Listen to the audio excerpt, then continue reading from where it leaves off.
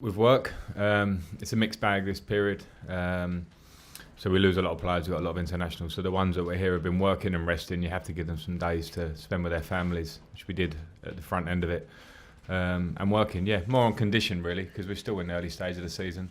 So there's not so much tactics you can do without the big group.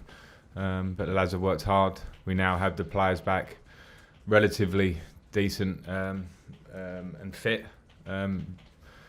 In large, and we're ready for the weekend. A very good team. Got a lot of credit last year, quite rightly so, to move up to the Premier League and perform how they did. A good way of playing, a style that is three at the back and very dangerous in terms of their attacking players, what they can do to you. A great record against the so-called bigger teams last season for a reason, because they defend well and counter-attack really quickly. Difficult atmosphere in the stadium, good support behind the home team.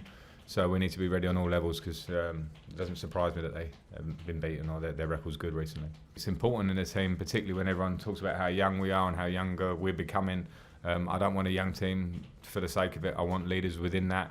Rudiger's not old, but he certainly needs to take on the responsibility of being a leader. I see it in his personality that it has to be channeled obviously in the right direction, and he can then be very influential himself for the team, but also to Hudson-Odoi and Tomori and Mason Mount, all these players, as happens when you become slightly more senior, more experienced, and he's certainly ready to take on those roles.